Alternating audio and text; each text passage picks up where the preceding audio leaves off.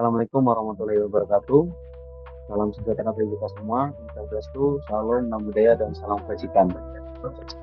Kami dari tim Capstan CC25 CF192 dari program Recording Camp DBS Foundation akan mempresentasikan proyek Capstan kami. Capstan kami berjudul Kalorimi, aplikasi pendeteksi makanan dan estimasi kalori otomatis berbasis machine learning. Next.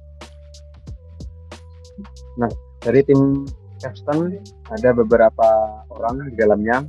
Antaranya ada Nanda Kelvin, Mary Putri, Evelyn Eunike. 3 orang ini sebagai machine learning. Ada Muhammad Joko, Muhammad Zidan, Muhammad Iza, dan 3 orang ini sebagai front end dan back end. Next. Nah, di tengah hiruk pikuknya kehidupan modern dan banyaknya informasi tentang kalori makanan, banyak orang yang khususnya wanita kesulitan memantau pola makan mereka secara konsisten dan akurat. 47% orang yang obesitas cenderung mengatakan atau melaporkan kurang mengkonsumsi makanan, walaupun menyatakan makan kurang dari 1.200 kalori. Next.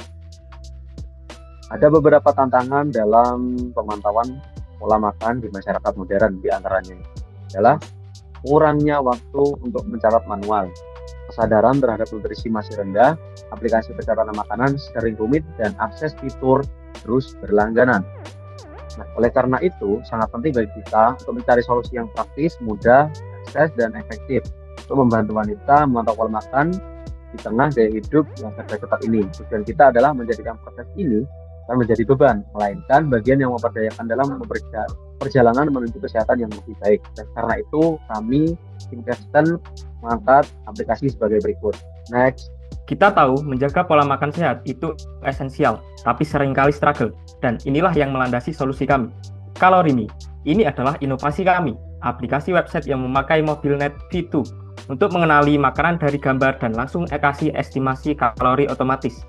Cukup jepret dan beres. Next, kenapa Kalorimi diciptakan? Karena banyak sekali orang, terutama perempuan muda, juga pegiat gym, ingin hidup sehat tapi kesulitan menjaga asupan karena ribetnya tracking kalorinya. Kami ingin membuat pelacakan kalori itu otomatis, sederhana, dan bisa diakses siapapun. Kami ingin hilangkan barrier itu untuk menuju hidup sehat. Next. Nah, tentu kami punya kompetitor pasar yaitu MyFitnessPal. Kami punya kemiripan 70-80% di fitur inti. Mereka sukses bantu tracking manual, tapi Kalorimi beda di otomisasi pengenalan makanan lewat gambar. Ini adalah bentuk pembeda kami untuk pengalaman tracking yang jauh lebih intuitif dan nggak merepotkan.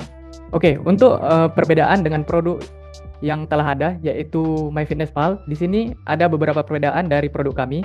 Yang pertama itu, Kalorimi bisa memprediksi gambar untuk menentukan jumlah kalori dari gambar yang diunggah. Bisa langsung dari webcam, atau bisa dari upload galeri. Yang kedua itu, aplikasi kami ini bisa memberikan informasi nilai nutrisi yang lebih detail, serta memberikan fitur pencatatan kalori makanan secara gratis, tidak dibatasi oleh fitur premium.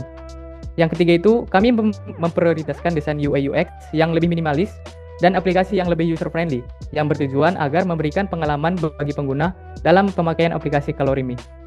Nah, untuk fitur unggulan yang kami tawarkan, yang pertama itu, aplikasi kami ini bisa mendeteksi jenis makanan dari foto.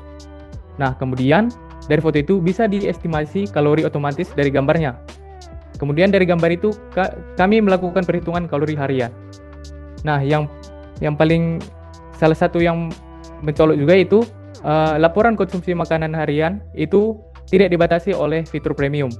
Kami memberikannya gratis kepada semua pengguna. Nah, untuk tools machine learning, utamanya kami itu menggunakan Kaggle, Google Colab, dan TensorFlow. Untuk library-nya itu kami menggunakan NumPy, Pandas, Matplotlib, dan Scikit-learn. Di sini bagian ilustrasi model yang telah kami kembangkan dari model yang telah dilatih. Di mana dalam aplikasi Kalorimi ada 2 bagian, yaitu gambar yang akan diupload oleh pengguna dengan berbasis gambar dapat kita lihat, yaitu gambar makanan mie goreng. Setelah itu, gambar makanan mie goreng akan ditampilkan di aplikasi dengan memberikan insight ke pengguna Setelah itu, aplikasi akan memberikan laporan insight gitu kepada pengguna dan memberikan reward ke pengguna. Dan berikut dataset yang kami pakai yaitu dari platform Gapal, yaitu dengan menggunakan model MobileNet Vito. Berikut model yang kami telah latih yaitu dengan menggunakan base model MobileNet Vito dengan menginput image size 224 kali 3 dengan wake ImageNet dan layar-layar yang kami lakukan seperti gambar di berikut. Dan berikut struktur model yang kami lakukan, yaitu ada 2 fase, yaitu training sama testing. Dalam fase training, yaitu melakukan image size dengan 224 kali 224, dan setelah itu melakukan data augmented. Setelah melakukan data augmented, prosesan di MobileNet Vito akan melakukan pembagian layar. Setelah itu, akan menghasilkan hasil loss. Dan setelah itu, fase testing akan melakukan gambar yang telah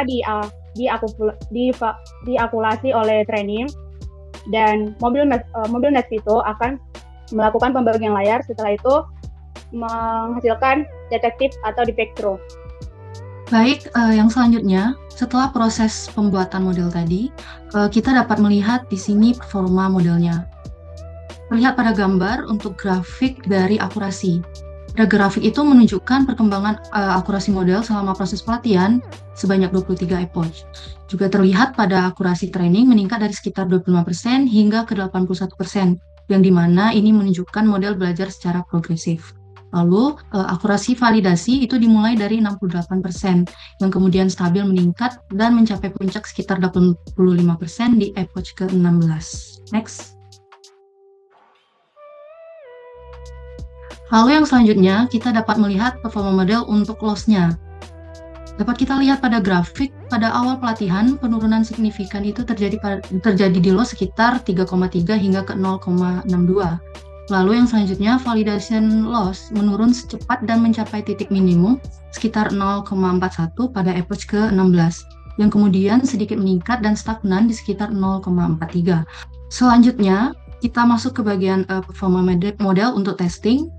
Berdasarkan hasil testing, model menghasilkan nilai loss sebanyak 0,2984, yang dimana nilai ini menunjukkan bahwa model cukup baik dalam mempelajari pola data dan tidak mengalami overfitting atau underfitting.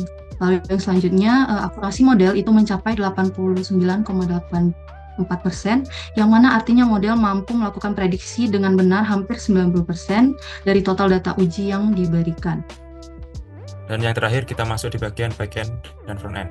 Nah, untuk frontend sendiri kami menggunakan tools Next.js, untuk framework Figma untuk desain, dan React dan Tailwind untuk di bagian frontend. Untuk di backendnya ada PostgreSQL, Node.js, dan Express.js. Next.